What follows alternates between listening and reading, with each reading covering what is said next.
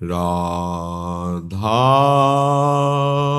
वल्लभ श्री हरिवंश राधा वल्लभ श्री हरिवंश वृंदावनेश्वरी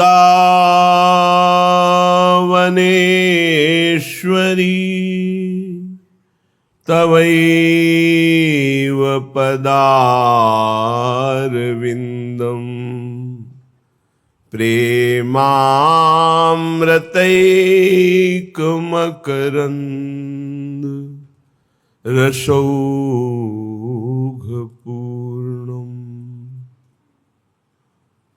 हृद्यर्पितम् मधुपते स्मरतापमुग्रम्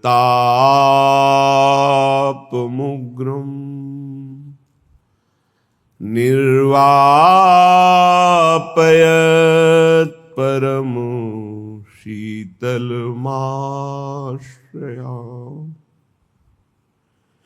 परम शीतलमाश्रया।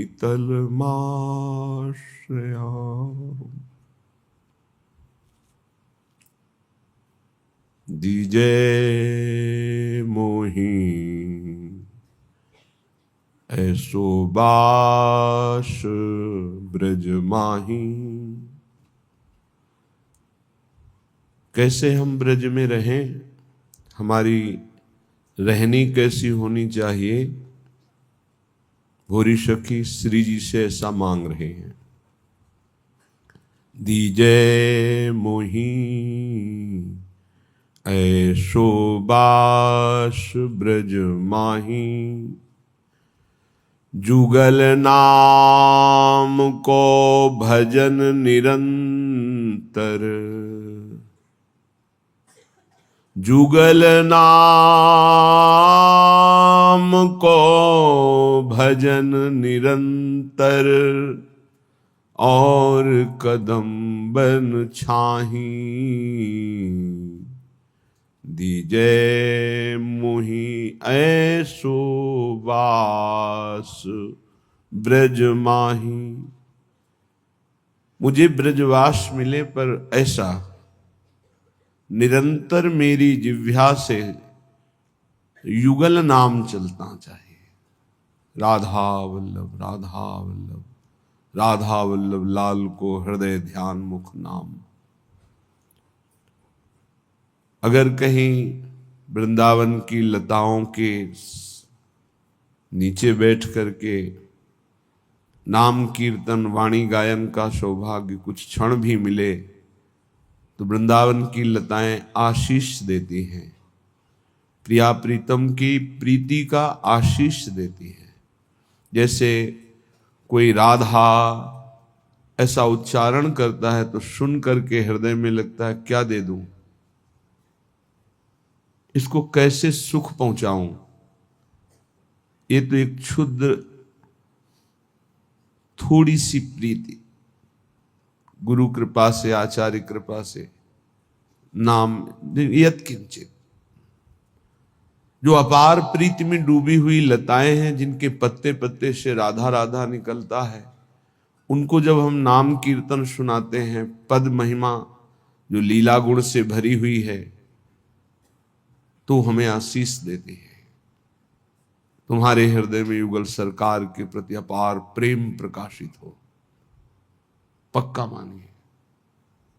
ये लताएं सीधे प्रेम प्रकाशित करती हृदय में, इसीलिए वृंदावन की लता सम कोटि कल्प तरुणाही।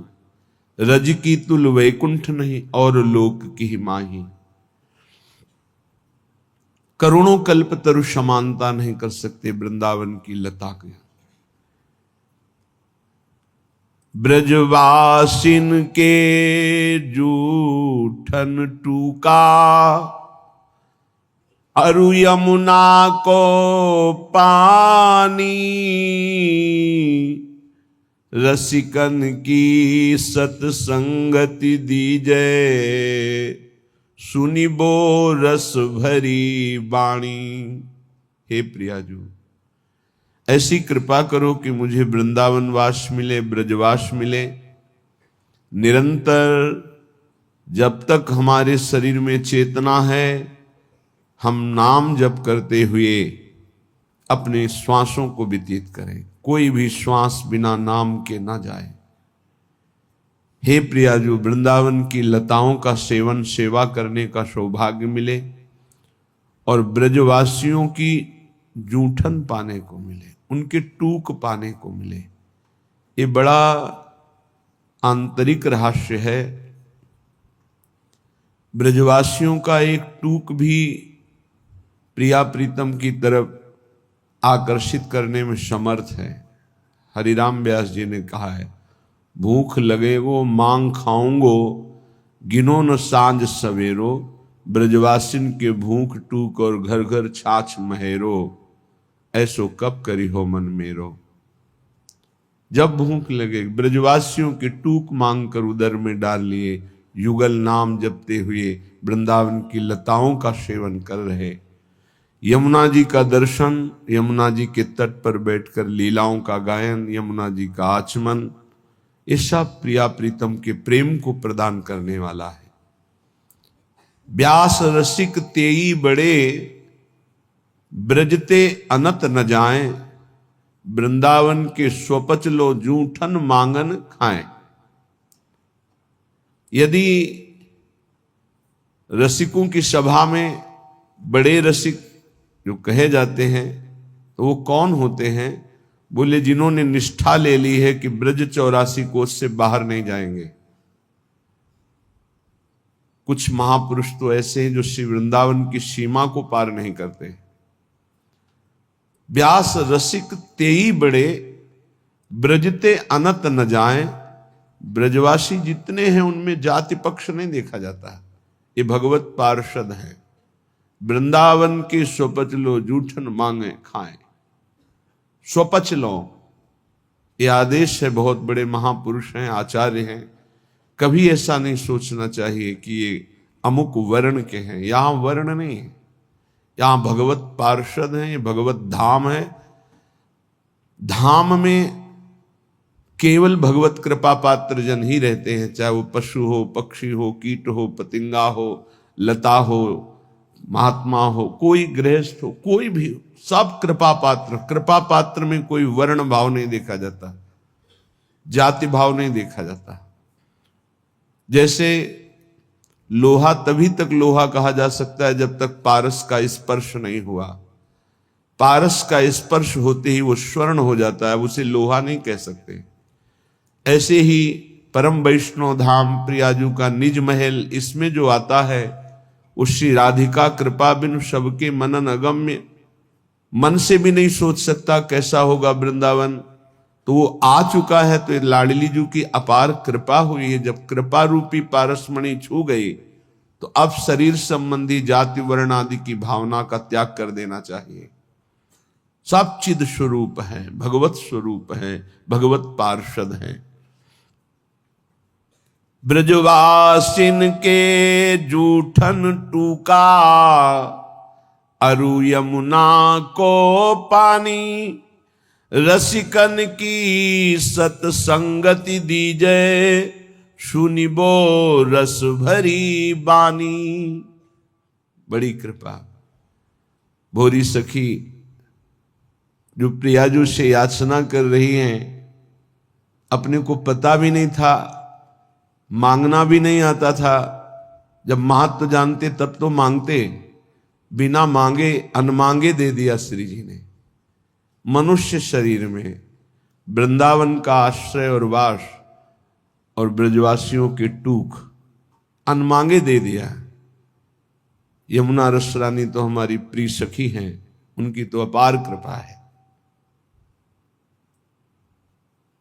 हमारे यहां महारानी श्री लाडली जो हैं और रस रानी यमुना जी हैं। बाहर बोला जाता है यमुना पटरानी की जय। हमारे यहां रस रानी है, रस प्रदान करने वाली श्री जी की प्रिय सखी है।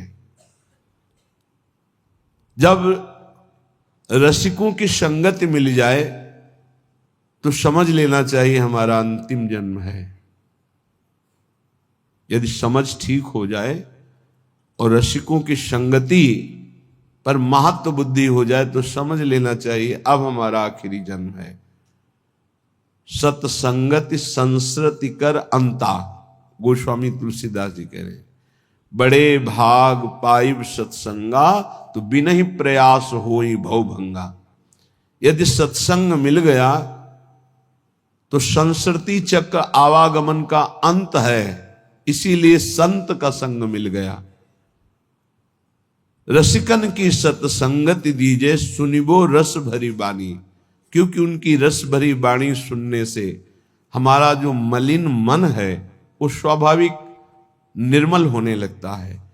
साधना में नवीन उत्साह आने लगता है। जहां हमारी गलती होती वहां हमको चुभते हैं सत्संग के वचन, जलन पैदा करते हैं, बार बार हृदय को जलाते हैं, तो हमारी गलतियां भस्म हो जाती हैं। गलतियों का अपराध का जो पाप का दंड मिलना था वो सब नष्ट हो जाता है और पुनः गलती होने की संभावना नहीं रह जाती। ऐसा प्रायश्चित होता है सत्संग सुनने से। कुंजन को नित डोली बो दीजय, दीजो भोर बुहारी, मिलबे की ही माही चटपटी, प्रीति ही ये अति भारी। प्रियाजू, ऐसी कृपा कर दो कि हमारा देहाभिमान गलित हो जाए। रोज मैं सोहनी लेकर के सार्वजनिक स्थलों पर सोहनी लगाऊं, सार्वजनिक, जहां हमारा सेवा का भाव देह भाव को गलित करता है। परिक्रमा मार्ग है जहां बहुत से लोग एकत्रित होते हैं, जहां बहुत से लोग आ जा रहे हैं, वहां की सफाई, ये बहुत बड़ी सेवा धाम की है सोहनी सेवा। पर वो देहाभिमान ऐसे लाभ को नहीं लेने देता। एक आदमी करोड़ों रुपए का दान करे और एक आदमी जहां से सब लोग निकलते हैं, बैठते हैं, उठते हैं, ऐसी जगह सोहनी लगा दे, तो उसकी समानता नहीं कर सकता सोहनी लगाने वाले की समानता, क्योंकि उसके अंदर कहीं ना कहीं रहेगा कि मैं 1 करोड़ दान किया। लेकिन जो सोहनी लगा रहा है उसको रोना आएगा, दैन्यता आएगी, रज उड़ेगी, उसके शरीर में लगेगी, सारे पाप नष्ट होंगे। ये रज ब्रह्मेश्वर आदि शुद्ध रूह पदारविंद की है, प्रियाजू की रज है, चरण रज। ये आपके हृदय को प्रेम प्रकाशित करने में बिल्कुल निर्मल कर देगी, योग्य बना देगी। अगर धाम आए हो तो कहीं भी 4 हाथ सोहनी जरूर लगा दो, तुम्हारा सौभाग्य होगा। यहां गंदगी मत फैलाओ, ये प्रियाजू का महल है। यहां जो भूल चूक से गंदगी फैला देते हैं उसको साफ कर दो, बड़ी कृपा होगी आपके ऊपर, बड़ी कृपा होगी यदि ऐसा आप करेंगे। पर वो देहाभिमान नहीं करने देता, धूल लग जाएगी। जो तुम्हारे कर्मों की धूल चटाने के लिए तैयार है, उसको मिटाने के लिए ये ब्रज धूल है। जैसी भट्ट धूल धूसर तन ये आशा और धार।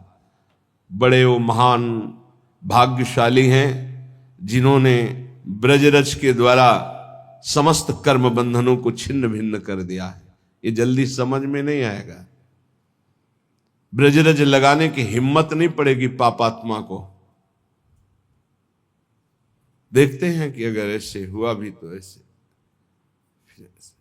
ब्रजरज लेकर ऐसे लौटने की, लगाने की, ये बहुत महापुरुषों के गूढ़ वचन हैं। रज का जरूर सेवन कीजिए, बहुत प्रार्थना, ये अमूल्य। समस्त ब्रह्मांडों में कहीं भी ब्रजरज की समानता करने वाली, कहीं की रज की महिमा नहीं कही गई, ब्रजरज की महिमा वर्णन की गई। स्वयं श्री भगवान 1 वर्ष तक शास्त्रों वचनों का रूप धारण करके संपूर्ण ब्रज 84 कोष की रज का स्वाद लिया। जब ब्रह्मा जी ने अपहरण किया तब भगवान ही स्वयं बछड़े बने। ये रज बहुत अपार करुणामयी है। सोहनी लगाने से स्वाभाविक ही रज का अभिषेक हो जाता है। और प्रिया जो देखती कि मेरे महल की टहल कर रहा है, बहुत कृपा होगी। संपूर्ण वृंदावन, संपूर्ण ब्रज हमारे प्रभु का निज घर है, निज घर है। कहीं भी सोहनी लगा रहे हो तो प्रभु के घर में लगा रहे हो। अम्बरीश जी और दुर्वासा जी, अगर साधना में देखा जाए तो दुर्वासा की समानता कदापि त्रिभुवन में कोई बिरला ही कर सकता है। अम्बरीश जी की तो बात ही जाने दो। अगर साधन पक्ष में देखो तो दुर्वासा जी, और समर्पण पक्ष में देखो तो अम्बरीश जी।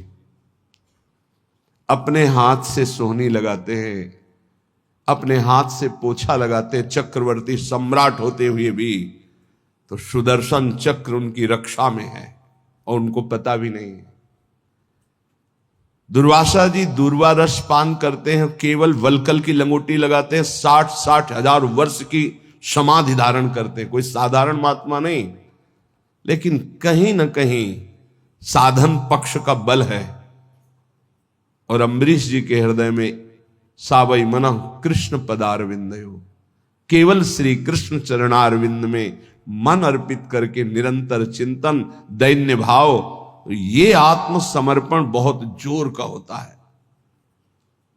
इस सोहनी लगाना, प्रभु के लिए पोछा लगाना, ये बहुत बड़ी बात है। देहाभिमान इसी से गलित होता है।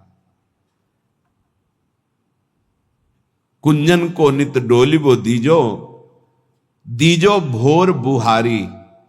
रोज हम सोहनी लगावें, कहीं ना कहीं लगावें, एक नियम बना ले थोड़ा सोहनी लगाने का।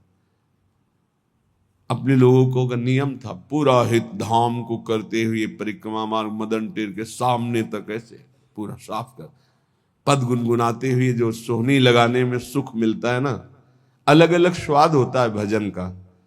जैसे एक ही खोए को बहुत प्रकार से हम स्वाद लेते हैं, कुछ पेड़ा बना के, कुछ लड्डू बना के, कुछ उसी खोए के विविध प्रकार की मिठाइयां बनती, ऐसे ही भजन का विविध स्वाद है। माला लेकर एकाग्रता पूर्वक जप करना, सत्संग सुनना, सोहनी पोछा लगाना, भगवत सेवा करना, साधु सेवा, ये विविध प्रकार से उसी भगवदानंद का रसास्वादन है।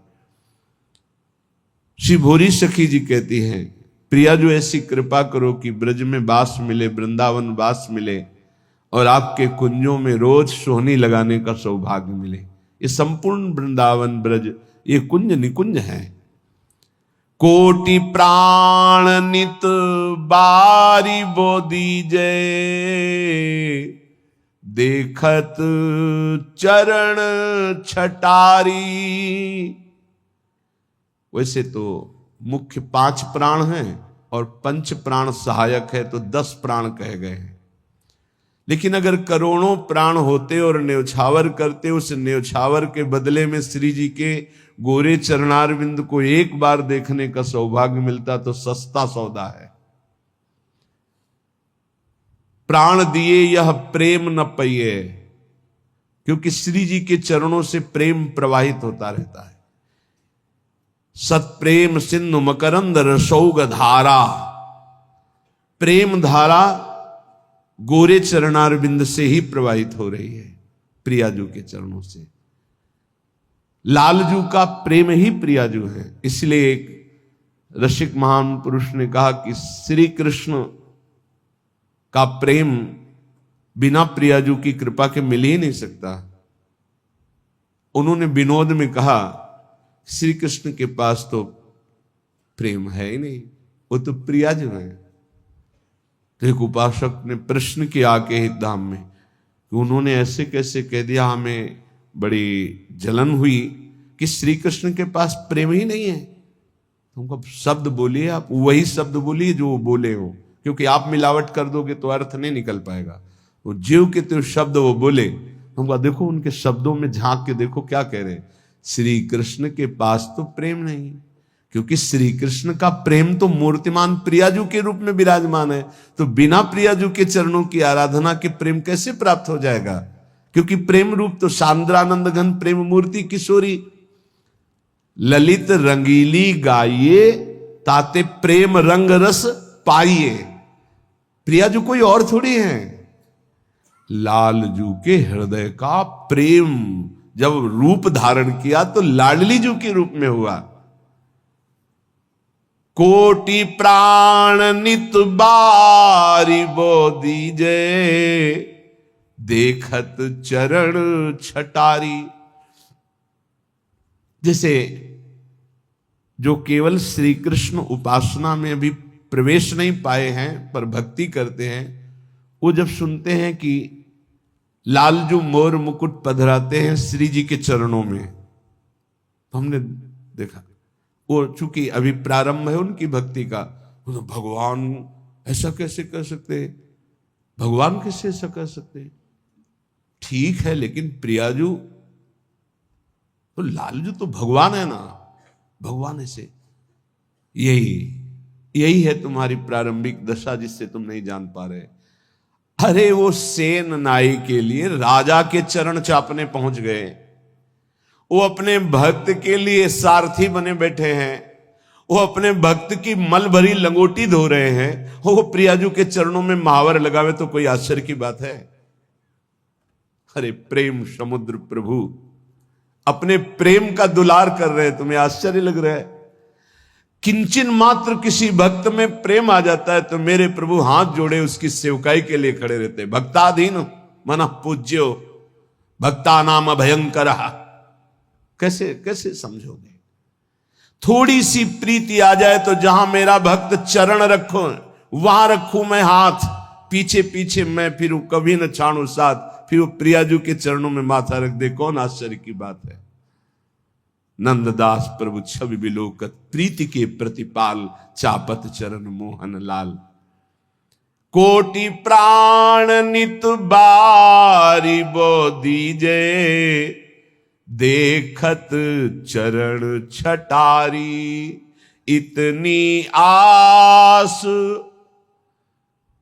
पुजावहु प्यारी, भोरी बलि बलिहारी।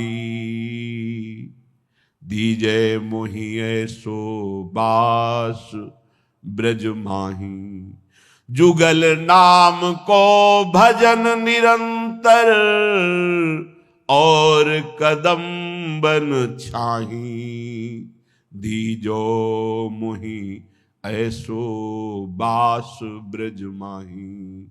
हे प्यारी जू, ऐसी मेरी आशा है और आप अत्यंत कृपालुता दयालुता की समुद्र हो, मेरी आस पूरी करो। मैं आपके गोरे चरणारविंद को देख पाऊं, आपकी परिचर्या में रहूं, युगल नाम जप करूं और वृंदावन की वीथियों में आपका सुमिरन करते हुए, नेत्रों से आंसू बहाते हुए, रज अभिषिक्त होकर अपना जीवन व्यतीत करूं। श्रीपाद प्रबोधानंद जी महाराज कह रहे हैं, भाई बहुत भोग लिया है, बहुत जन्म भोग लिए हैं, एक बार मेरी प्रार्थना मान लो तो आज तक तुम्हें जो शांति और विश्राम नहीं मिला वो मिल जाएगा। भ्रातर भोगा सुभुक्ता का इहि न भवता नापि संसार मध्य। ए भाई, तुम्हें पता नहीं कि तुमने क्या क्या भोगा है, बहुत कुछ भोग लिया है, सब भोग लिए हैं।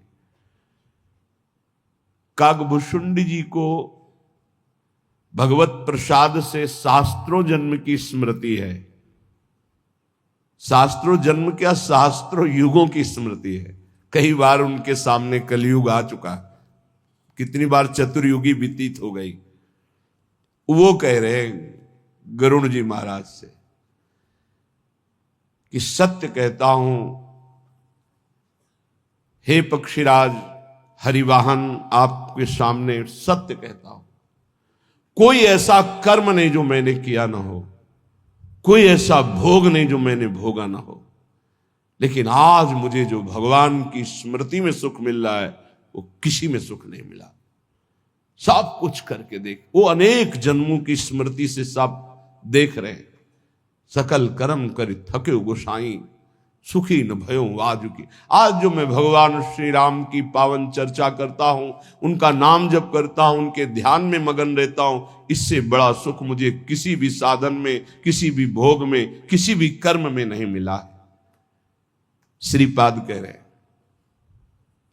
भ्रातर भोगा सुभक्ता, खूब भोग भोग लिए, तुम्हें याद नहीं है। जैसे कई बार हमने स्मृति दिलाई कि 9 महीने मां के गर्भ में इसी जन्म में रहे, कुछ याद है? 1% भी याद है तुम्हें?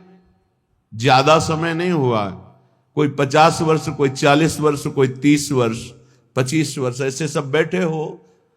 आप विचार करके देखो कि ज्यादा लंबा समय नहीं गया, इसी जन्म की बात है। कि आपको याद है कि मां के गर्भ में तुमने क्या दुख भोगा? 100 में 1% याद है? नहीं याद है। फिर पीछे जन्म की क्या जानोगे? ना भवता ना पे संसार मध्य, इस जगत में ना तुम कभी सुखी हुए हो, ना सुखी हो पाओगे यदि भजन नहीं करोगे। देखो, जब बच्चापन तो सिखाया जाता है खूब बढ़िया पढ़ो लिखो, धन कमाओ, ऐसे योग्य बनो, बढ़िया है। कभी अध्यात्म नहीं सिखाया, कभी नाम जप नहीं सिखाया, कभी ये बैठ के नहीं सिखाया कि बड़ों का आदर कैसे किया जाता है, कभी ये नहीं सिखाया कि मनुष्य जीवन का लक्ष्य क्या है। अब वो पढ़ाई लिखाई में गए, व्यसन सीख गए, व्यभिचार सीख गए, अच्छी नौकरियां पाई, पैसे हैं, और फिर घर में आकर के उन बूढ़े माता पिता को जो चलने लायक नहीं है, दरवाजा बंद करके वैसी दुर्दशा करते, मारते हैं, पूछो मत। जब ये दृश्य देखने को मिलते हैं ना, तब लगता है भगवान कृपा करो इन माता पिता को जो अपने बच्चों को शिक्षा नहीं दे रहे हैं कि धर्म किसे कहते। तुम समझते हो ये धन कमाने लायक बन जाएंगे तो तुम्हें सुखी करेंगे, ऐसे जैसे जानवर को मारते हैं ना क्रूर कर्मा लोग, ऐसे बूढ़ी माता को मारते हैं, पिता को मारते हैं, पूछो मत। तब लगता है ये जानवर पैदा हुए हैं, ये मनुष्य रूप में पशु पैदा हुए हैं। पशु क्या राक्षस है? माने मातु पिता नहीं देवा, साधुन ते करवावें सेवा, जिनके ये आचरण भवानी, भगवान शंकर कहते निश्चर सम जानो प्राणी। निश्चर कहते राक्षस को, वो राक्षस है। तुम अपने संतानों को राक्षस मत बनाओ। ये जो केवल तुम मात पिता बाल कहीं बुलावे, उदर भरे सोई जतन सिखावे, तुम राक्षस बनाने की चेष्टा कर रहे हो। बहुत सज्जन बेटा एक आया था अभी 2-4 दिन के अंतर्गत एकांतिक में, उसने कहा मेरी मां कहती कि तुम्हारा मोबाइल तोड़ देंगे यदि तुमने सत्संग सुना। मेरा बाप कहता है कि तुमको हमारी कसम है यदि वृंदावन गए। यही बच्चे जब सतमार्ग से विमुख हो जाएंगे और शराब पीकर घर आएंगे, तब तुम्हारी पूजा करेंगे, तब तुम्हें अपनी कसम ध्यान आएगी कि अगर ये वृंदावन जाता, साधु समागम करता, तो आज लातों से न मारता। आज ये मेरी दुर्दशा न कर। चीख रहा है, क्या है? भ्रातर भोगास भुक्ता, भुगतोगे। ये जो कर रहे हो कर्म में भुगतोगे। तुम्हारे बेटा बेटी देख रहे हैं कि बुढ़े के साथ कैसा तुम कर रहे हो, वही इंतजाम तुम्हारे लिए रहेगा, वही इंतजाम, उससे बढ़ के ब्याज सहित। चिंता मत करो। इसलिए हम सबसे प्रार्थना करते हैं, ये कर्म भूमि है, जो बीज बोओगे वही फल काटोगे। आज देखने में लग रहा है कि माता पिता के साथ बड़ा अन्याय हो रहा है, लेकिन सत्य पूछो तो ये उनके कर्म का फल उनको देखने को मिल रहा है। न कभी राम बोले, न कृष्ण बोले, न हरि बोले, पूरा जीवन केवल इसी में लगाया, तो देख परिणाम। जिनके लिए जीवन लगाया वही तेरा जीवन लेने के लिए तत्पर हो रहा है, वो वही तेरा नाश कर रहा है। जिसको तूने सजाया वही तुझे दंड दे रहा है। क्यों? भगवान का विरोधी भाव रखने वाला कभी सुखी नहीं हो सकता। हनुमान जी महाराज रावण को कहते, हाथ जोड़कर विनती करता हूं राम जी की विमुखता का त्याग कर दे, नहीं शंकर साहस विष्णु अज तो ही सकहि न राख राम कर द्रोही। मैं सभा में कह रहा हूं, ये हजारों हजारों ये भगवत स्वरूप महापुरुष भी तेरी रक्षा नहीं कर पाएंगे। तेरा विनाश हो जाएगा यदि तू भगवान से विमुख रहेगा। हे भ्रातर भोगा सुभुक्ता की न इव भवता नापि संसार मध्य, संसार के बीच में तूने क्या क्या नहीं किया, बहुत से पाप किए, बहुत से भोग भोगे, अब बुद्धि ठिकाने लगा लो, सावधान हो जाओ। अभी सब मिटा सकते हो, सब गलतियां मिटा सकते हो, अभी बहुत अच्छे बन सकते हो, अभी भगवत प्राप्ति कर सकते हो। पूरा जीवन गलती करता रहा जामिल, अंतिम में नारायण निकल गया तो भगवत प्राप्त हो गया। अपना पता नहीं कब अंतिम, अब सुधार लो। अगर हमारी आवाज आपके कान में पहुंच रही है, चाहे ऐसे समक्ष बैठे हुए या यूट्यूब में, आपके माता पिता कैसे भी हो, हमारी प्रार्थना है यदि वो वयोवृद्ध हैं, चलने फिरने में असमर्थ हैं, तो पहले समझ लो उनकी बुद्धि भ्रष्ट हो गई है। तुम्हें मानना पड़ेगा। ये भ्रष्ट का मतलब होता है स्थिति से गिर जाना। अब वो ठीक नहीं बोलेंगे, वो आपको गाली देंगे। आप घी चुपड़ी रोटी सब्जी दाल सब देंगे, फिर भी वो आपको गाली देंगे। आपके रिश्ते नातेदारों से आपकी निंदा करेंगे, पर आप उनकी इस बिगड़ी हुई बुद्धि का रोष पूर्वक अनुगमन करते हुए उनको पीटना, उनको मारना, ये आचरण मत करें, क्योंकि उनकी कर्मानुसार बुद्धि बिगड़ चुकी है। अब अपने कर्म आप मत बिगाड़िए, वो आपके भगवान हैं। सच्ची मानिए, उनमें भगवान बैठे हुए हैं। ऐसे असमर्थ माता पिता को भगवान की तरह दुलार करोगे तो तुम सदैव श्री संपन्न रहोगे, लक्ष्मी तुम्हारे घर से नहीं जाएगी। और जिन घरों में माता पिता को त्रास दिया जाता है, जिन घरों में आए हुई पानी ग्रहण करके पत्नी के साथ अनर्थ नाना प्रकार की दोष वृत्तियां, वो घर कभी श्री संपन्न नहीं हो सकता, सुख संपन्न नहीं हो सकता। आप सत्संग सुनने आए हो, इसी का सुधार करना चाहिए। माता पिता आपके साथ क्या व्यवहार कर रहे हैं बिल्कुल मत देखो, ये मान लो कि ये पागल है, उनकी बातें मत सुनो। तुमका अपना कर्तव्य दे, तुम्हारा क्या कर्तव्य, हमको केवल अपना कर्तव्य देखना। हमें बहुत कष्ट होता है जब ये बात देखते हैं कि बूढ़े असमर्थ माता पिता के साथ ऐसा व्यवहार, तब लगता है ये कलेजा है इसका हृदय है कि भगवान ने पत्थर की रचना की इसके हृदय में। अरे और कौन, जिसने 9 महीने गर्भ में रखा, जिसने अपने रक्त का दूध बनाकर तुम्हें पिलाया, जिसने तुम्हारे मल मूत्र साफ किया, आज तुम हाथी जैसे जवान हो तो लात मारते हो, डंडा मारते हो, उनको गाली देते हो। चिंता मत करो, तुम्हारे लिए ब्याज सहित व्यवस्था है, ब्याज सहित दंड मिलेगा। अगर तुम्हें थोड़ा भी ये पता है कि भगवान है तो इतना समझ लो उनके वचन भी हैं, अवश्य में वो भोक्तव्यम कृतम कर्म शुभाशुभम, शुभ और अशुभ कर्मों का भोग भोगना पड़ता है। फिर माता पिता ये तो साक्षात भगवान है, इनके प्रति ऐसा ये कुछ भी बोले। हमने देखा है वयोवृद्ध आदमी की बुद्धि पतित हो जाती। पतित अगर जीवन भर भजन नहीं किया ना, तो पतित का मतलब होता है स्थिति से गिर जाना, भ्रष्ट होने का मतलब है गिर जाना। अब उसको जो बोलना चाहिए वो नहीं बोल पाएगा। उस समय हमको क्रोध नहीं करना कि हम तो इतना खवाते पिलाते हैं, ये हमारी निंदा करते हैं। ये हम बहुत गूढ़ बात आपको कह रहे हैं। जिसने अपने माता पिता की सेवा कर ली, उसने भगवान को प्रसन्न कर लिया। उनके नाराज रहने पर, उनके गाली देने पर, उनके तिरस्कार करने पर भी। पर हमारी प्रार्थना है, हम जो शब्द कह रहे हैं उसे ध्यान से सुनिए। जो माता पिता असमर्थ हो चुके हैं, चलने फिरने लायक नहीं है, उनके वर्ताव और उनकी कटु वचनों पर ध्यान न दिया जाए, उन्हें भगवान की तरह पूजन करके उनकी सेवा की जाए। जितने दिन जिए खूब मेहनत करके कमाओ, उनको खाओ पियो, कपड़ा लत्ता, सुखपूर्वक जीवन, तो तुम्हारा लोक और परलोक दोनों बन जाएगा।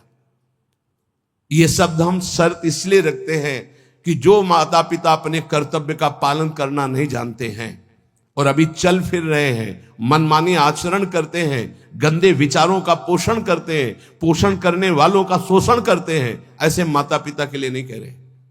हम उन असमर्थ माता पिता के लिए कह रहे हैं कि जिनकी वास्तविक बुद्धि बिगड़ चुकी है, शरीर सेवा में समर्थ स्वयं नहीं रह गया है। अब हमारा कर्तव्य बनता है वो गाली दे, वो पड़े पड़े हगे, तो भी हमें उनकी सेवा करनी चाहिए। निश्चित भगवान प्रसन्न हो जाएंगे, निश्चित।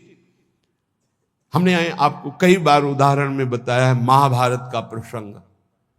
एक महात्मा कश्यप नाम के थे,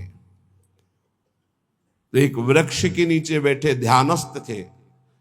जब एक बगुली बीट कर दिया तो ऐसे माथे से गिरा, तो ऐसे देखा और रोष पूर्वक देखा तो भस्म हो गई, आग लग गई और जलकर राख होकर गिर गई। उनको लगा मेरी तपस्या बहुत पावरफुल हो गई। एक घर में गए, भिक्षामदेहि, एक साध्वी भगवत भावपरायण पति को भगवान मानने वाली पतिव्रता देवी निकली, प्रणाम किया, ब्राह्मण कुछ क्षण रुकिए, अभी मैं आपको भोग लाई। जे ही वो घर गई तो दूसरे दरवाजे से उसके पति आ गए। बिल्कुल ध्यान से सुना, अपने पति को साक्षात भगवान मानना, अपने पति की ही आराधना में तन्मय रहना, ये पातिव्रत बड़ा महान धर्म है। इसी से भगवान शंकर, ब्रह्मा और विष्णु को 6-6 महीने के बालक अनसुईया जी ने बना दिया था। लेकिन ये बहुत दुर्लभ बात है जो अपने देह को पावन करके, एक पति को समर्पित करके आजीवन वो देवी, ये भारत यति और सतियों का देश है।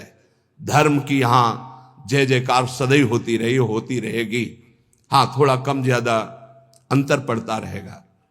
अब आज क्या धर्म को समझे जो बॉयफ्रेंड गर्लफ्रेंड ये दलित दुराएं दिमाग में बैठ गई है, ये क्या समझेंगे कि धर्म किसे कहते, पातिव्रत धर्म किसे कहते, एक पत्नी व्रत किसे कहते हैं, जिसका पाणी ग्रहण किया, आजीवन निर्वाह किया। अब वो पति सेवा में पति को बैठालना, उनको जल पिलाना, फिर इसके बाद कहा भगवान आपके घर में एक अतिथि भगवान उस दरवाजे पर आए, आदेश हो तो मैं उनका स्वागत करूं, भिक्षा दे दूं। कहा तत्काल जाइए, तत्काल जाइए। वो कुछ फल फूल अन्न आदि लेके गए। इतना विलंब क्यों किया? वो तो उस रोष में थे कि हमारा तप बढ़ चुका है, मैंने बगुली के देखा था वो भस्म हो गई। तो उनका भगवान शांत शांत, विलंब का कारण, मैं एक पतिव्रता हूं, मेरे प्रभु मेरे पतिदेव आए, मैं उनको आसन दिया, जल पिलाया, फिर उनकी अनुमति से आपको देने आई हूं। उनका तुमने हमको ऐसा वैसा महात्मा समझ लिया क्या? तो उसने कहा महाराज तुम्हारे उस वृक्ष की बगुली नहीं हूं कि तुम्हारे देखने से भस्म हो जाऊंगी। मैं एक पतिव्रता हूं जो बैठे बैठे तीनों लोकों का दर्शन कर रही हूं अपने पातिव्रत धर्म के व्रत से। बहुत बड़ा बल होता है पातिव्रत धर्म में, ये कोई खिलवाड़ नहीं है। गृहस्थी कोई साधारण धर्म नहीं, आप लोग जिसे बिल्कुल अवहेलना कर रहे हैं कि हम तो गृहस्थ हैं, हम तो विषयी हैं। अरे भगवान के अंश हो, तुम जहां हो वहीं से भगवत प्राप्ति कर सकते हो, इतनी सामर्थ्य आप में है। अब तो होश उड़ गए उनके कि ये बात तो केवल मैं ही जानता था कि बगुली को देखने से भस्म हुई, दूसरा कोई नहीं। तो हाथ जोड़ा और कहा देवी तुम्हें कैसे पता है? तो उन्होंने कहा इतना ही नहीं पता, मुझे सब कुछ पता है आपका, मुझे पूर्व जन्म का भी पता है आपका। मैं अपने पति की सेवा के प्रभाव से त्रिकालज्ञ हो चुकी हूं। जाओ, अभी तुम्हें सच्चा ज्ञान प्राप्त नहीं हुआ, सच्चा ज्ञान प्राप्त कराने के लिए अमुक प्रांत में जाओ और वहां जो मांस बेचने का व्यापार करते थे कसाई के रूप में, वो जन्मे थे उस कुल में, लेकिन वो खरीद करके मांस व्यापार उनकी कुल परंपरा का, वहां जाइए और वो तुम्हें धर्म का उपदेश करेंगे। विचार किया कि इतने सिद्ध महापुरुष है, अपने पातिव्रत धर्म से मुझे जाना चाहिए। वहां गए तो कितना चाहिए, जो जितना वैसा घृणित ये उपदेश करेगा धर्म का। चलने लगे तो उनका कश्यप जी, बिना परिचय के परिचय, कश्यप जी रुकिए, रुके, आपको अमुक गांव की पतिव्रता पत्नी ने भेजा है ना? हाँ, पहले फोन तो था नहीं कि फोन कर दिया होगा। बोले आप रुकिए, मैं अपना व्यापार रूपी पूजा कर्म कर लूं, फिर आपको मैं उपदेश करता हूं। आश्चर्यचकित हो गए, इतना मलिन कार्य करने वाला और त्रिकालज्ञ है, ये भी बिना परिचय के परिचय जानता है, और वो पत्नी ने क्या कहा ये मुझे कैसे? बाद में जब अपनी सेवा से निवृत्त हुए तो दुकान को अपनी प्रणाम किया, पैर छुआ और वो कर्म भगवान को समर्पित किया कि मुझे जिस कुल में जन्म दिया वो मैं कर्म कर रहा हूं, और नाम जब निरंतर चलता। उन्होंने कहा पहले तो मैं पूछना चाहता हूं आप इतना निंदनीय कर्म क्यों करते हैं? तो उनका है मेरी कुल परंपरा से चल रहा है। फिर तुमको इतना पवित्र ज्ञान कैसे हो गया तीनों काल का? बोले मैं निरंतर नाम जप करता हूं, अपने कर्म को भगवान की पूजा समझता हूं, और आओ। और घर ले गए और दिखाया कि श्वेत पलंग पर बूढ़े माता पिता बैठे हुए, जाके साष्टांग दंडवत किया। बोले जो उससे धन मिलता है उससे मैं अपने इन भगवान की सेवा करता हूं। रात दिन माता पिता की सेवा के प्रभाव से, नाम जप के प्रभाव से, अपने व्यापार को भगवान की पूजा समझने के प्रभाव से मुझे तीनों काल का ज्ञान है। तो उन्होंने कहा मेरी तपस्या अपूर्ण क्यों है? कश्यप जी ने उन्होंने कहा इसलिए कि तुम अपने माता पिता की अवहेलना कर चुके हो और वो वृद्ध माता पिता भटक रहे हैं, उनकी सेवा छोड़कर उनकी अनुमति के बिना तुम ये ऐसा, जाओ पहले उनकी आज्ञा का पालन करो।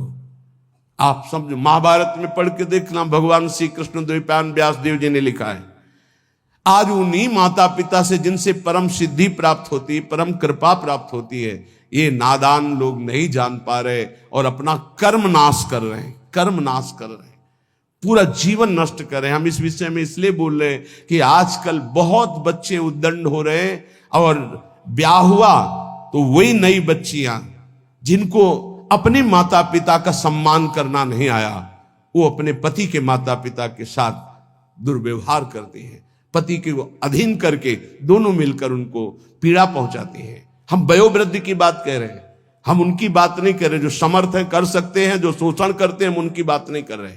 हम उनकी बात करें जो असमर्थ है, चलने में भी असमर्थ है, अब उनके ऊपर डंडे का प्रहार, उनकी पिटाई बिल्कुल ठीक नहीं। हे भ्रातर भोगा सुभुक्ता, जो तुम कर्म कर रहे हो सुभुक्ता तुम्हें भोगना पड़ेगा और बहुत भोग चुके हो। जैसे मां के गर्भ में कितना बड़ा दंड भोगा तुम्हें याद भी नहीं है। इसलिए भवतानापि संसार मध्य, दोबारा इस संसार के बीच में जन्म ना हो, ऐसा उपाय कर लो। क्या? विद्यादान ध्वराद्य ही कति कति जगति ख्याति पूजाद्य लब्धा, इससे तुम्हारा जन्म मरण नहीं रुकेगा। बहुत पढ़ लिख कर विद्वान हो गए हो तो तुम्हारी ख्याति हो जाएगी, बहुत दान दे दोगे तो तुम्हारा यश हो जाएगा, बहुत भोग सामग्री आहार विहार बांट दोगे, बहुतायत रूप में तुम्हारे पास आ जाएगी, लेकिन तुम्हारा जन्म मरण नहीं रुकेगा। जन्म मरण रुकेगा अद्याहारे पियादृच्छिक उर्गुणवानप्यहो समृतात्मा श्रीमद वृंदावनेस्मिन् सतत मठ सखे सर्वतो मुक्त संगाहा। आहार विहार की चिंता छोड़ दो, योगक्षेमम वहाम्यहम का ठेका भगवान लेते हैं। अपने कर्तव्य का धर्म पूर्वक पालन करो, धन की चिंता मत करो। आ जाओ श्री धाम वृंदावन, सत्संग सुनो, उसके अनुसार आचरण करो, साधना भजन करो, तुम्हारा परम मंगल हो जाएगा, आवागमन से मुक्त हो जाओगे। हे सखे वृंदारण्यम त्यजेति प्रवदति यदि कोप्यस्य जिह्वाम छिन्नमि श्रीमद् वृंदावनान् माम यदि नयति बलात् कोपितम हन्यवश्यम।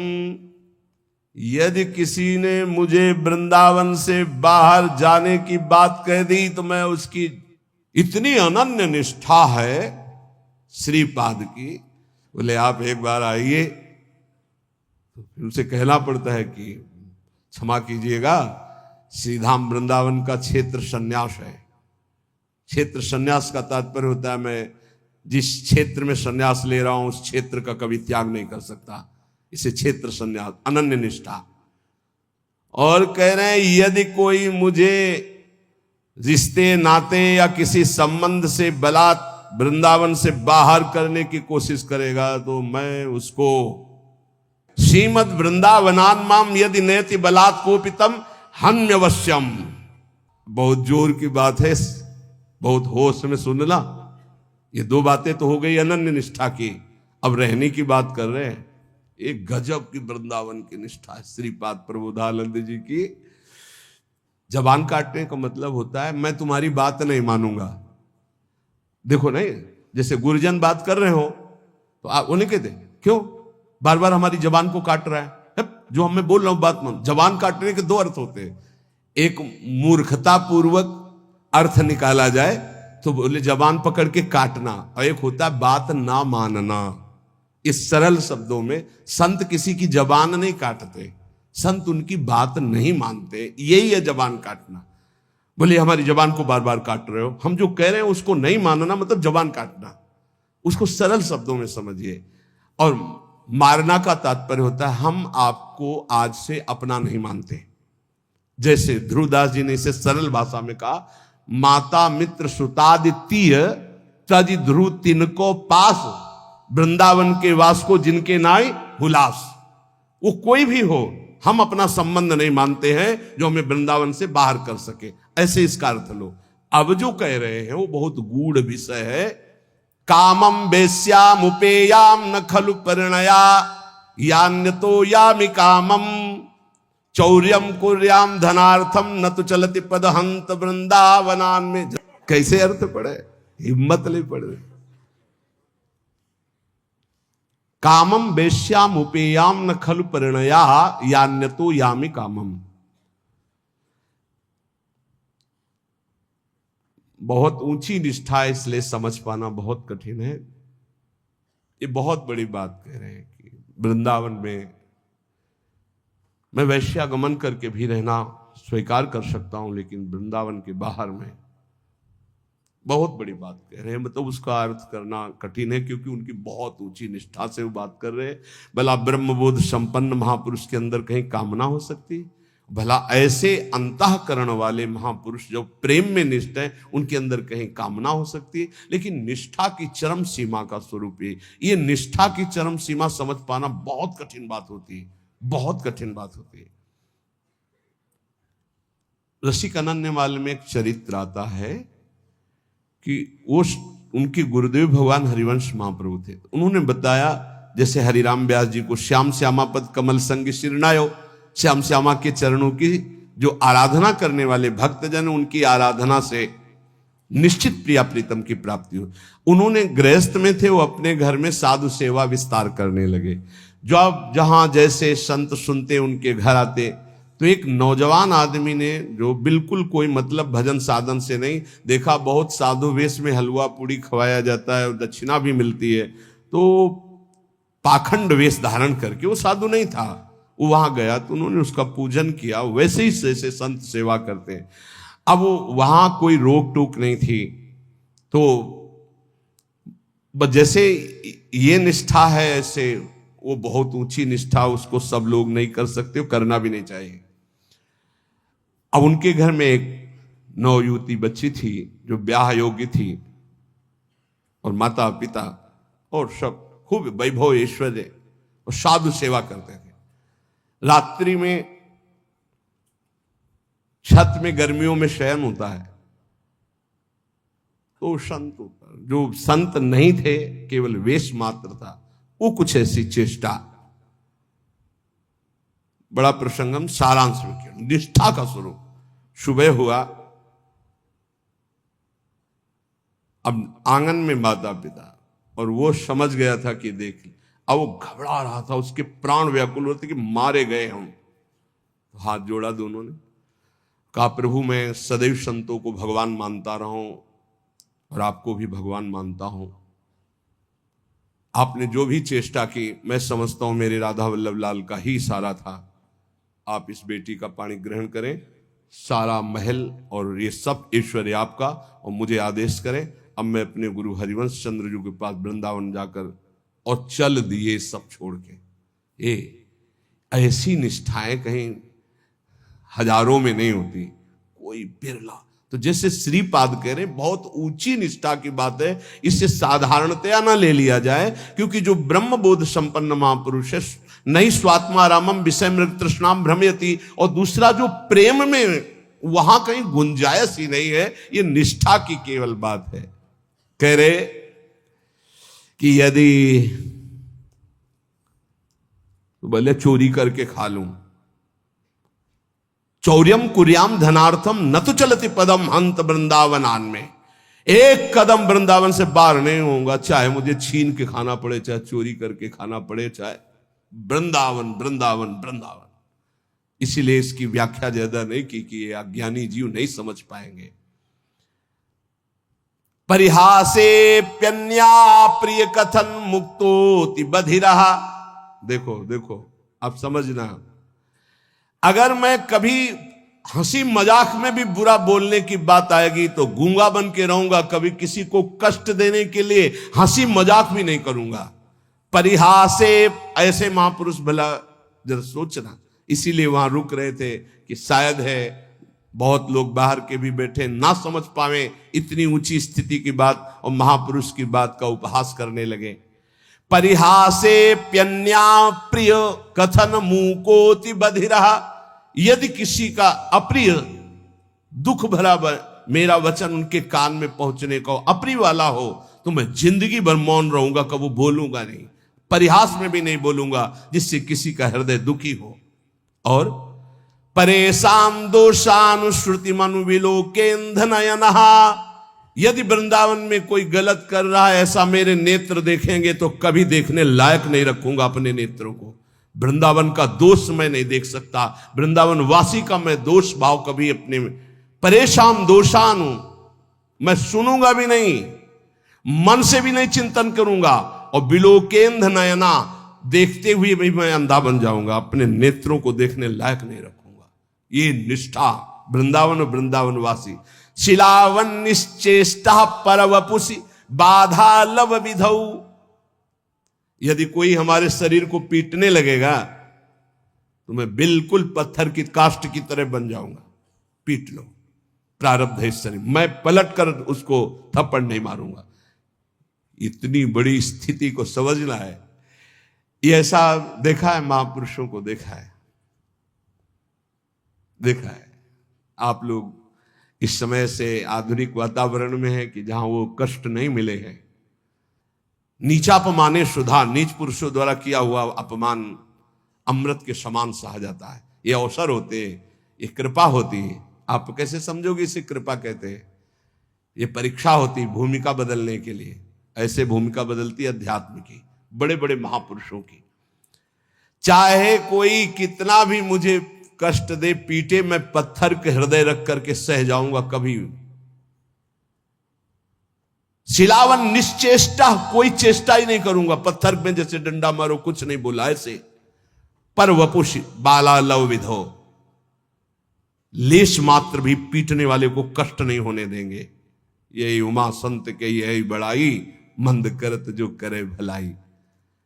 हे प्यारे, ऐसे वृंदावन वास करो, ऐसे वृंदावन वास करो। ऐसी निष्ठा तो आखिरी जन्म है।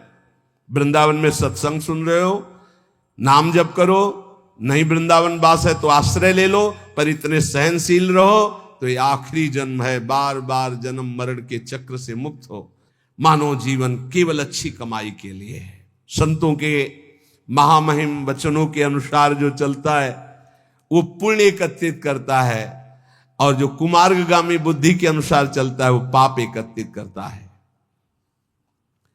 भगवान के सिवा, सुनो महापुरुषों के वचन है, भगवान के सिवा तुम किसी और का सहारा लोगे तो अंत तक तुम्हें पछताना पड़ेगा। भगवान के सिवा किसी और का सहारा लोगे तो अंत तक तुम्हें पछताना पड़ेगा और नरक जैसा जीवन हो जाएगा। नरक जैसा जीवन। भगवान के आश्रय में जो अपार सुख होता है, कैसे हम तुम्हें बताएं। ये जीव सोचता है धन का आश्रय, परिवार का आश्रय, बिल्कुल सब नाटक, धोखा ही धोखा, सच्ची वाली है। भगवान के सिवा दूसरे का सहारा लोगे तो अंतिम में तुम्हें पछताना पड़ेगा, नरक जैसा कष्ट होगा। और अगर भगवान का सहारा है तो सच्ची माने जीवन परम मंगल में देखने को मिल रहा है। नारकी स्थिति से जीवन परम मंगल में देखने को मिल रहा है। दूसरा, संसार के मनुष्यों से जो प्रेम किया जाता है वो अगले जन्म का निमंत्रण है, अगला जन्म का। और यदि भगवान से प्रेम किया जाता है तो परम धाम जाने का, अगला जन्म का खत्म। अब देखो तुम्हें पसंद क्या करना है। तीसरा, जिस शरीर में जितनी आसक्ति कर लोगे अगला वही जन्म उसी शरीर का मिलेगा। जैसे हिरन के शरीर में आसक्ति कर ली तो भरत जी हिरन बन गए, पुरंजन ने स्त्री में आसक्ति कर ली तो पुरंजनी बन के अगले जन्म में स्त्री बन करके जन्मा। इसलिए जिस शरीर से अधिक प्रेम कर, जो मकान से ज्यादा प्यार करता है वो छिपकली बनकर मकान में रेंगता है। ध्यान, जो जिससे अधिक प्यार, वो ऐसे योनि को प्राप्त। तुम योनि प्राप्त करने के लिए नहीं आए, तुम भगवान को प्राप्त करने के लिए मानव देह प्राप्त किया है। नाम जप करो, सच्चाई से नाम जप करो, तुम्हें खुद दिखाई देगा जो लिखा है। कोई किसी से प्यार नहीं करता, सिर्फ नाटक प्यार का चल रहा, कोई प्यार। जो राग और द्वेष पूर्वक जीवन व्यतीत करता है वो दुर्गति का पात्र बनकर के नाना प्रकार की नारकी योनियों को भोगता है और प्राय राग द्वेष में ही जीवन जा रहा है। ये 18 दोष भोगने ही पड़ते हैं जो भगवान का भजन नहीं करता। भूख, प्यास, बीमारी, बुढ़ापा, राग, द्वेष, मोह, निंदा, चिंता, भय, खेद, विषाद, जन्म, मरण, विस्मय, शोक, मंद, अरति, कहीं मन नहीं टिक रहा, घोर अशांत, डिप्रेशन में, अरति। ये 18 दोष भगवत विमुख को भोगने ही पड़ते हैं। और यदि वो भगवान के आश्रित हो जाता है तो उसमें जैसे भूख है, प्यास है, बीमारी है, बुढ़ापा है, इन सब में भगवान का एक विशेष कृपा प्रसाद रहता है। देखो, बेटा और बहू की कथा सुन चुके। एक संत भगवान ने कभी शिष्य नहीं बनाए थे, श्रीधर बाबा। और जब वृद्धावस्था आई तो अपने लोग 8-10 संतों की होड़ लगती थी कि देखो आपने 1 घंटा सेवा की है, अब आप हटिए, अब हम सेवा। और जानते उनको कैसे शौच कराई जाती थी?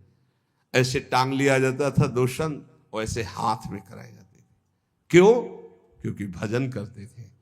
सौभाग्य था किसको शौच कराने को मिले, किसको स्नान कराने को मिल जाए, किसको वस्त्र धारण।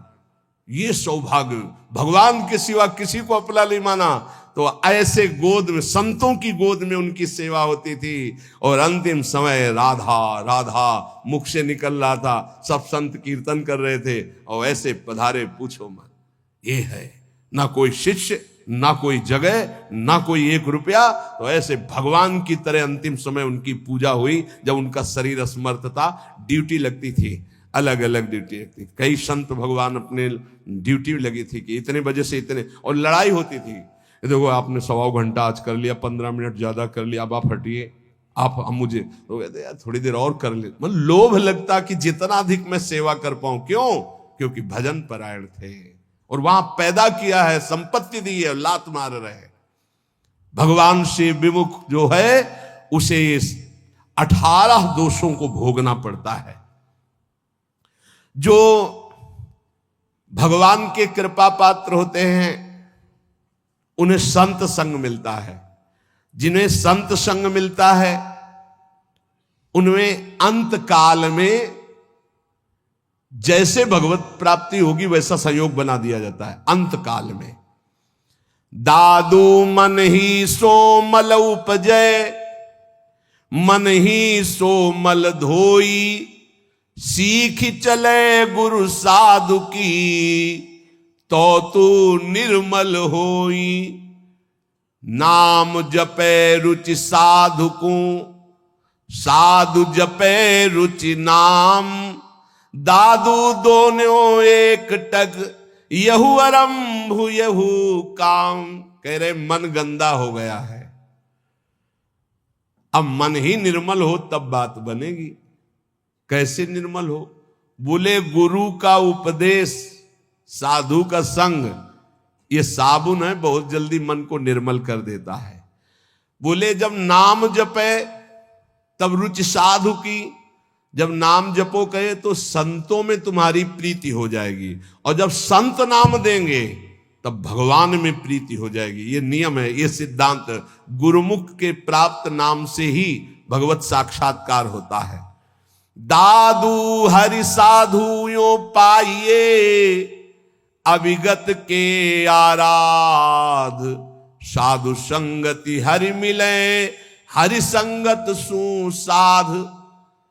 बोले जब हरि की कृपा होती तो साधु मिलते हैं, और जब साधु की कृपा होती है तो उस अविगत परमात्मा की आराधना शुरू होती है, तब वो हरि मिलते हैं।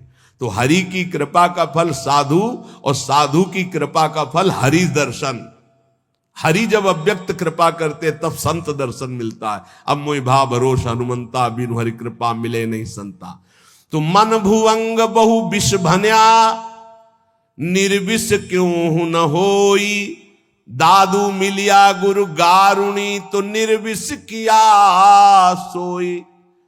बोले ये मन बड़ा विष फैलाता है, काम क्रोध लोभ मोह मद मत्सर बड़ा विषयी बना दिया। तो बोले अब ये विष कैसे उतरे? बोले गुरु गारुणी, विष उतारने वाले गुरुदेव हैं।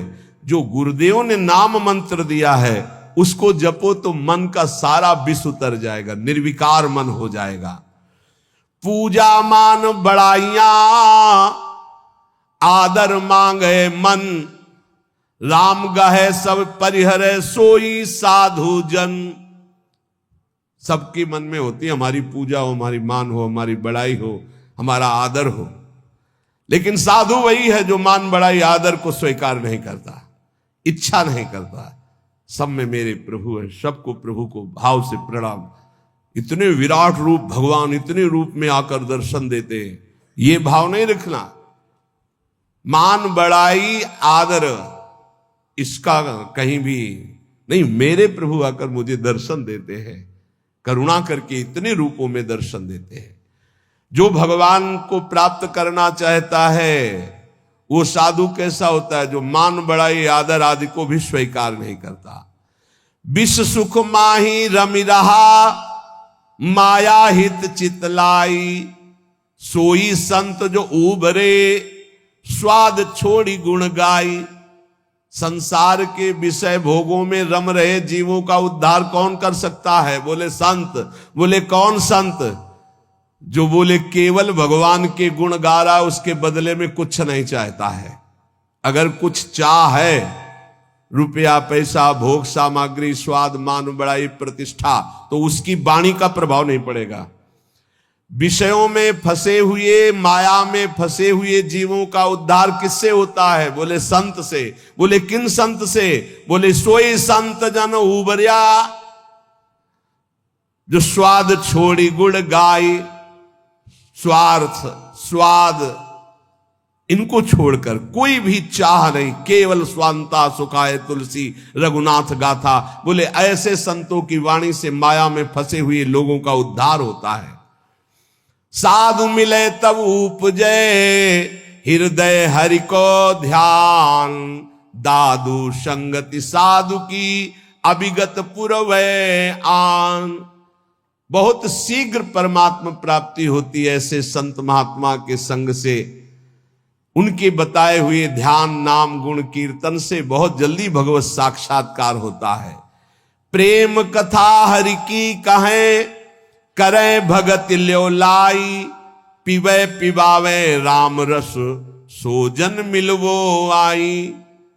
बोले बड़े संतों की पहचान क्या होती है? बोले जिनके पास बैठने से केवल भगवत चर्चा ही हो, हमारे आचरण सुधरे, हरि नाम में प्रीति हो, हरि चरणों में प्रीति हो, भक्ति का हृदय में प्रादुर्भाव हो। वो स्वयं भगवत रस पिए हुए हैं और वही भगवत रस हमें पिला सकते हैं।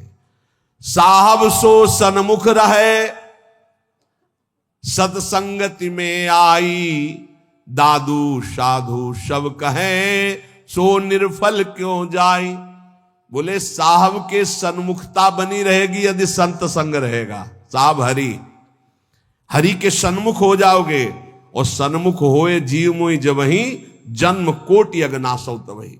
करोड़ों जन्मों के पाप उस जीव के नष्ट हो जाते हैं जो भगवान श्री हरि की सन्मुखता प्राप्त कर लेता है। वो सन्मुखता साधु संग से प्राप्त होती। साधु संग कभी निष्फल नहीं हो सकता। अमोघश्च निर्बैरी सब जीव सो संत जना सोई, दादू एक आत्मा बैरी नाही कोई। संत वही, किसी भी संप्रदाय की मेड़ में नहीं, सब पूरा विश्व विश्वंभर सब जगह भास एक ही परमात्मा तत्वनंत ब्रह्मांडों में है, फिर मृत्यु लोक की बात क्या। निर्वैरी सब जीव सो संत जना सोई, सब किसी से बैर नहीं, सब अपने हैं, सब अपनी आत्मा है। दादू एक है आत्मा बैरी नाही कोई, काहे को दुख दीजिए घट घट आत्म राम, दादू सब संतोषिए यही साधु को काम। घट घट में हमारे प्रभु रमे हुए हैं, जो उसका साक्षात्कार कर लेता है वही भगवत प्राप्त होता है। कैसे साक्षात्कार होता है?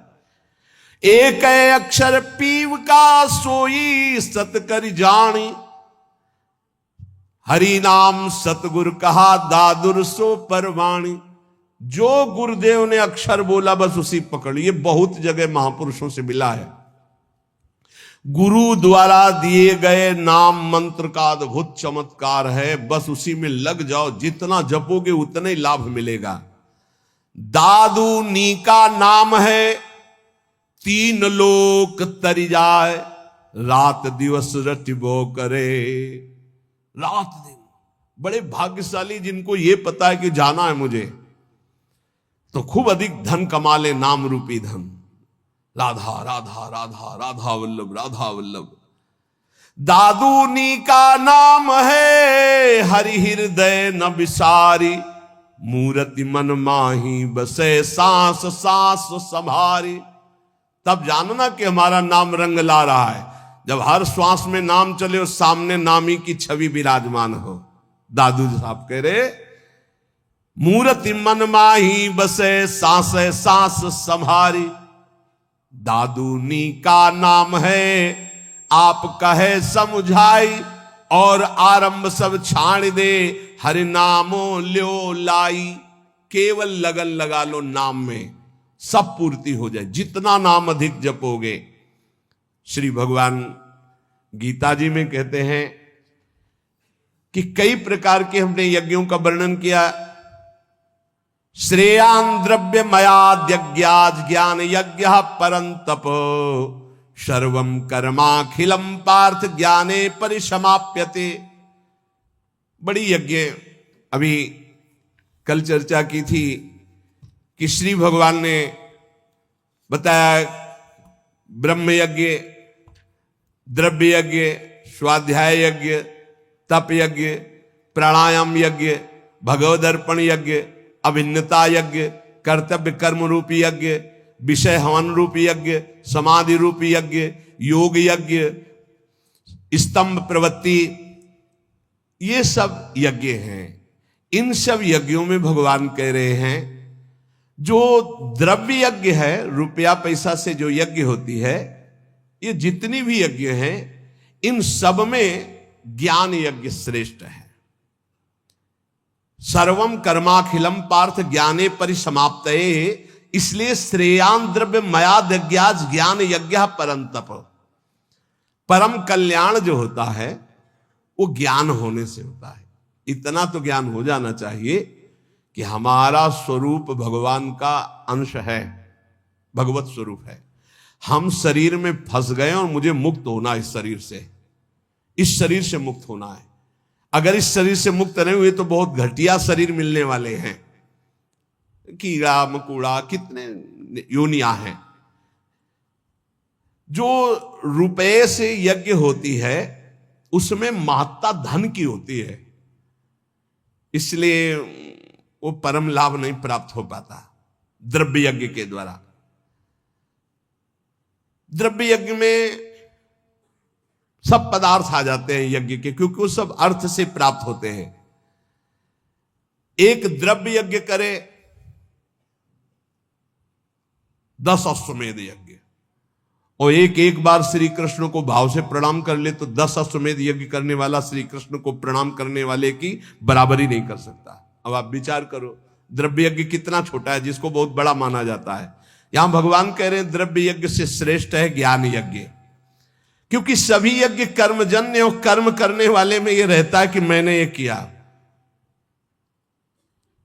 एक हमने देखा है यज्ञकर्ता को अभिमान रहित, अंदर के कितने विशुद्ध भाव होते हैं धार्मिक पुरुषों में। उनकी मैदा की कई फैक्ट्रियां थी।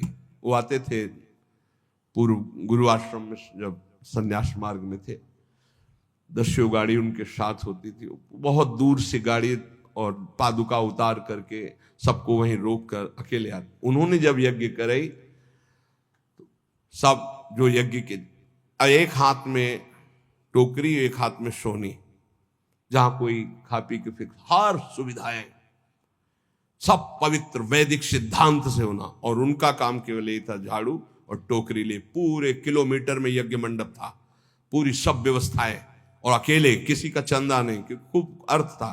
और वो स्वयं ये करते थे। जब कोई उनसे पूछता यज्ञ, कहीं भी कोई पोस्टर बैनर नहीं, और कोई पूछता यज्ञ कौन कराते, तो हमें तो पता नहीं, हम तो यहाँ दोना पत्तल फेंकने की सेवा मिली, बस वो जानते हैं। कोई नहीं जानता था यज्ञ कौन करा रहा। खूब आनंद मंग ऐसे ऐसे कोई द्रव्य यज्ञ करने वाले बिरला होते हैं जो भगवत समर्पित होते हैं। पर उनको ज्ञान है इस बात का कि तो दियम वस्तु गोविंदम तुभ्यमेव समर्पे, देनहार कोई और है देत रहते दिन रैन, लोग भरम मोपे करे तासो नीचे नयन। ऐसे वो महान गृहस्थ में रहते हुए भी वो महान याज्ञिक थे, यज्ञ करने वाले। तो जब द्रव्य यज्ञ कराई जाती है तो उसमें कहीं ना कहीं अहम स्फुरित हो जाता। मैंने इतने करोड़ अर्पित किए, मैंने इतने लोगों को पवाया, तो जीवन मुक्त होने के लिए वो पर्याप्त नहीं रह गया, क्योंकि अहम का लय होना चाहिए। इसीलिए भगवान कह रहे सर्वम कर्माखिलम पार्थ ज्ञाने परिसमाप्त है। ज्ञान में क्या होता है, अहम का नाश हो जाता है। इसलिए भगवान यहां कह रहे कि सबसे बढ़िया यज्ञ है ज्ञान यज्ञ। अंतःकरण में 3 दोष होते हैं जिनके कारण भगवत साक्षात्कार नहीं हो पाता। मल कहते हैं संचित पाप को। जो संचित पाप होते हैं उनके कारण भजन में मन नहीं लगता। जहां भजन शुरू करोगे, भगवत मार्ग की बातें शुरू करोगे, तो पाप आकर्षण शुरू हो जाएगा। इसे मल कहते हैं। दूसरा होता है विक्षेप, चित्त का चंचल होकर बार बार भोगे हुए विषयों का चिंतन करना, इसे विक्षेप कहते हैं। आवरण कहते हैं अहंकार, अज्ञान।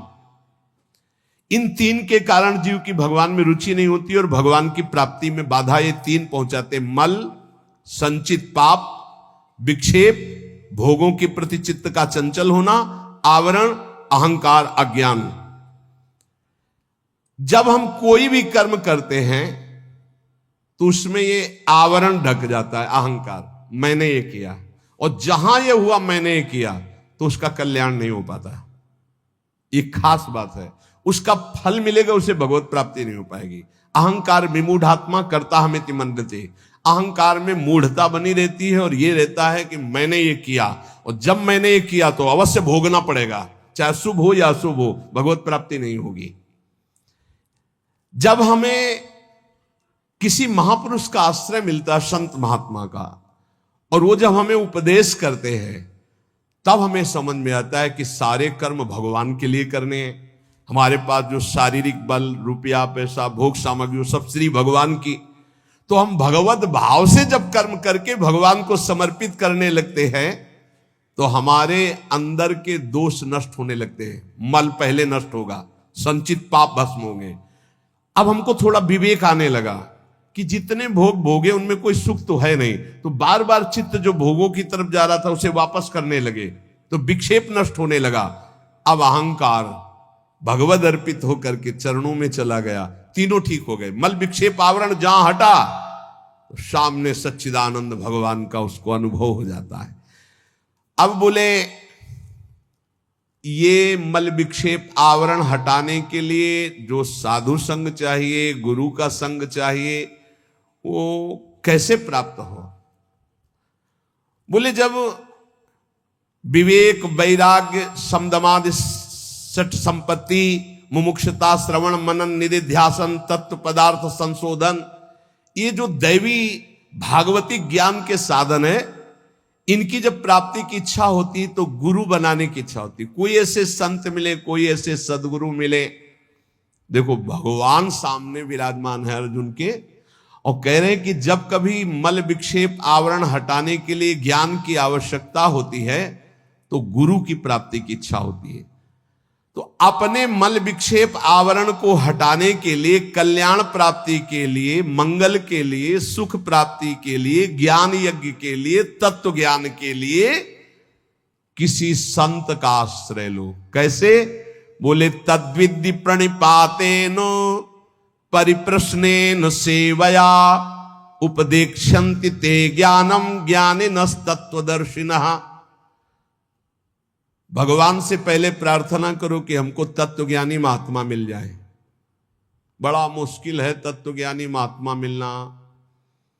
ये छोटी छोटी मेड़े ऐसी बन गई हैं, लड़ाई झगड़ा, एक दूसरे की निंदा स्तुति समझे नहीं पा रहे। जैसे जमीन में खड़े होकर देखो तो कोई 7 खंड की, कोई कुछ ऐसे बिल्डिंग, और थोड़ा हेलीकॉप्टर में बैठ के देखो ऊपर उड़ के तो सब एक जैसा दिखाई देने लगेगा। तो जो ऊंचाई में चढ़ा हुआ महापुरुष है वो एक जैसा देखता है, सब जगह एक है। देखो शास्त्रों में हमने वैदिक सिद्धांतों में भी पाया आ ब्रह्म है। आ, अब आप कुछ भी बोलो आ निकलेगा। सर्वव्यापी ब्रह्म आ है, ये हमने शास्त्रों में पाया। का, खा, गा, चा, छा, टा, ज्ञा, का से लेके ज्ञा तक कोई भी अक्षर बोलो आ निकलेगा। अब जो अक्षर है वो ब्रह्ममय है। ऐसे ही चराचर जगत ब्रह्म में, सर्वम खलमिदम ब्रह्म। अब ये वेद सिद्धांत पढ़ते हैं, लड़ाई झगड़ा कहां रह गया, कहां निंदा स्तुति रह गई, कहां राग द्वेष रह गया, कहां छोटा बड़ा रह गया, कहां अपना पराया रह गया। यही समझ। सनातन आकाश की तरह है, ध्यान रखना।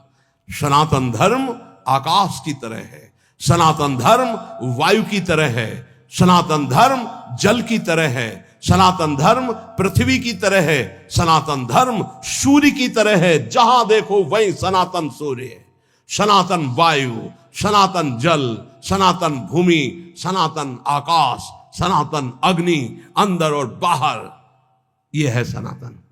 तो ब्रह्म सनातन, परमात्मा सनातन, तो धर्म सनातन। उसको समझो, ये छोटी छोटी मेड़े नहीं। सनातन, सनातन आकाश की तरह है, सनातन वायु की तरह है, सनातन अग्नि की तरह है, सनातन जल की तरह, सबका भरण पोषण सनातन। भगवान सबसे पहली बात कह रहे हैं ज्ञानिनस तत्वदर्शिना। किसका संग करना है? तत्वज्ञानी का। हरिवंश महाप्रभु कह रहे हैं कैसे प्रिया प्रीतम के प्रेम में जाओगे? बोले ये क्रूरापि पापिनो न च सताम संभाष्य दृश्या से सर्वान वस्तुतया निरीक्ष परम स्वाराध्य बुद्धिर्मम। सबको आराध्य रूप में देखो, चाहे पापी हो चाहे पुण्यात्मा, सब में राधा वल्लभ लाल विराजमान है। यह आचार्य का आदेश है। यह है ज्ञानिनस तत्वदर्शिना, सब जगह अपने इष्ट को देखना। ये कहां मिलेंगे? ये भगवान मिलाएंगे। भगवान से सबसे पहले प्रार्थना करनी चाहिए कि मुझे ऐसे संत का सानिध्य दीजिए जो आप में रमण करता हो। मैं तो नहीं पहचान पाऊंगा प्रभु, आप मेरे हृदय को भी जानते हो और संत को भी जानते हो, तो मुझे संत संग दीजिए। अब मोहि भा भरोसा हनुमंता, बिनु हरि कृपा मिले नहीं संता। और जब संत मिले तब क्या करो? तो बोले तद्विद्धि प्रणिपातेन परिप्रश्नेन सेवया। अर्जुन पहले उन महापुरुषों के पास जाए तो जाकर उनको साष्टांग दंडवत करे। संपूर्ण आत्मसमर्पण का भाव साष्टांग दंडवत में माना जाता है। ऐसा भगवान क्यों कह रहे हैं? क्योंकि बिना श्रद्धा के आपको ज्ञान प्राप्त नहीं हो सकता। श्रद्धावान लभते ज्ञानम।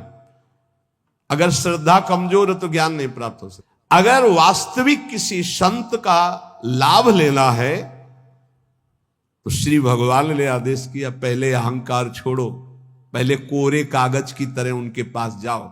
यहां इतनी लिखा पढ़ी करके आते कि डस्टर चलाने को मना ही नहीं होता। इतनी लिखा पढ़ी पहले से ही रखी हुई है, बिल्कुल बेकार। आप सच्ची मानिएगा 70 वर्ष जीवन के हो गए, अभी तक ये नहीं निर्णय कर पाए कि मुझे चलना किधर है। अहो भाग्य है आप लोगों का। जिनको ये चित्त का समाधान हो गया कि मेरा मार्ग क्या है। नहीं, 70 वर्ष हो गए और अभी ये नहीं पता कि चौराहे पे खड़े कि जाऊं किधर, ज्ञान मार्ग में जाऊं कि ध्यान मार्ग में जाऊं कि योग मार्ग में जाऊं, भजन मार्ग में जाऊं कि, अभी तक ये निर्णय नहीं। भगवान कह रहे किसी ज्ञानी महापुरुष का आश्रय लेना है तो श्रोत्री और ब्रह्मनिष्ठ दो बातें कही है। श्रोत्री कहते हैं जिन्होंने खूब गुरुजनों के चरणों में बैठकर शास्त्रों का श्रवण किया है, और ब्रह्मनिष्ठ जो उसी तत्व में स्थित हो चुके हैं। ऐसे महापुरुषों से निवारण होता है संसार का, जिनका एक ही उद्देश्य केवल श्री भगवान और भगवान में स्थित है। भगवान आदेश करते प्रणिपातेन, उन महापुरुषों के पास जाए, हाथ जोड़कर साष्टांग दंडवत करे, नीचवत सेवेत सदगुरुम, अपने को सबसे नीचवत मान करके सदगुरु का सेवन करे। कभी भी शरीर से गुरु का निरादर न करे, तिरस्कार न हो, इसलिए गुरु के सामने नम्र सरल और जिज्ञासा के भाव से उनकी आज्ञा पूर्वक सेवा करे। अपने आप को गुरु के चरणों में सबसे छोटा अधीन सेवक समझे। शरीर और वस्तुएं दोनों गुरु के आज्ञा के अनुसार हैं। साष्टांग दंडवत प्रणाम का मतलब है मेरा शरीर गुरु की आज्ञा पे चलेगा, अहम गुरु के चरणों में अर्पित है। सेवया, भगवान कह रहे परिप्रश्नेन के लिए सेवया, शरीर और वस्तुओं से गुरु की सेवा गौण, मुख्य है गुरु की आज्ञा का पालन करना। जिससे गुरु प्रसन्न हो बस वही कार्य करना। उनकी प्रसन्नता प्राप्त हो गई, उनके मन के संकेत के अनुसार तुम्हारी चेष्टा हुई, उनकी आज्ञा के अनुकूल तुमने कार्य किया, तो प्रश्न करना ही नहीं पड़ेगा, उत्तर तुम्हारे हृदय में अपने आप आ जाएगा। देख लेना, संत महापुरुषों की सबसे बड़ी सेवा होती है उनके संकेत के अनुसार चलना, उनके इशारे को समझना, वो किधर चलाना चाहते हैं, वो क्या चाहते हैं। अपना जीवन उनकी आज्ञा में अर्पित करना।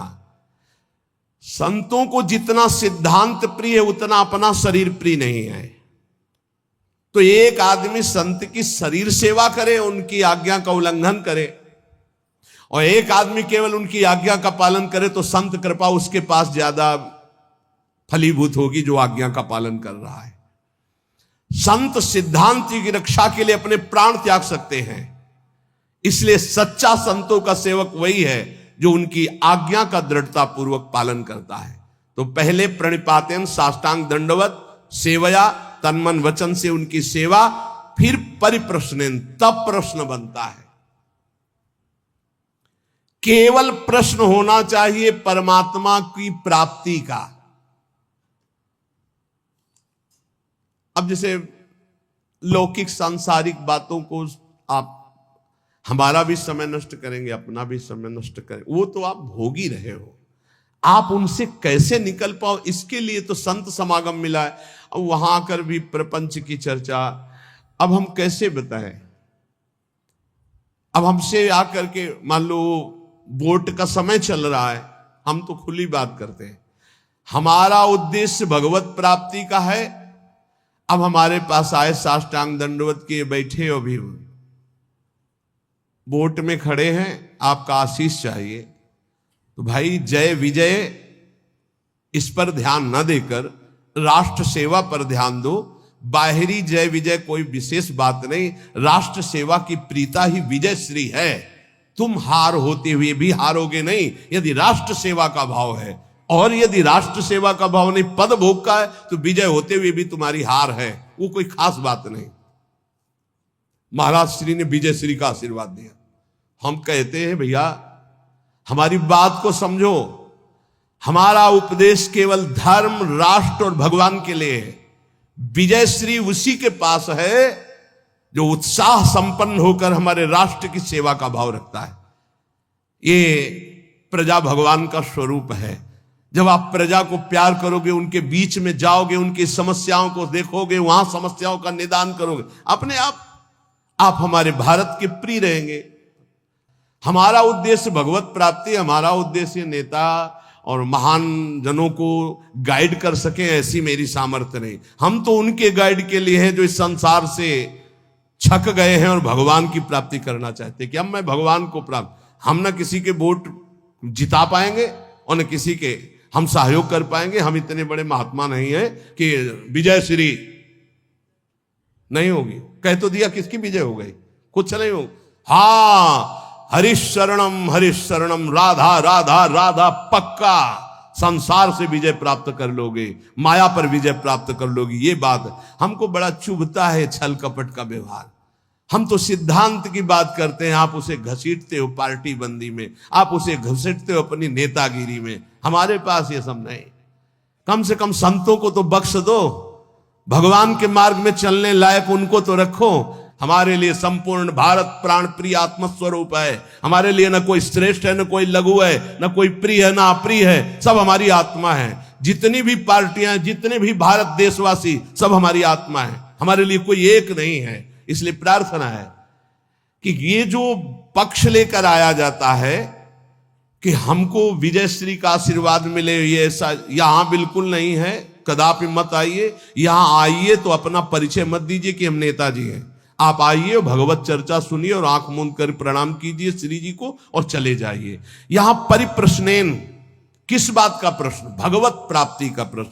इसके अलावा हमारी प्रार्थना है, आप अपना समय बर्बाद मत कीजिए, मेरा बर्बाद मत कीजिए। खिलवाड़ मत समझो साधु महात्माओं को कि आप उनकी बात को घसीट करके अपने पक्ष में अगर लिखने की कोशिश करोगे तो पक्ष ही नहीं रह जाएगा।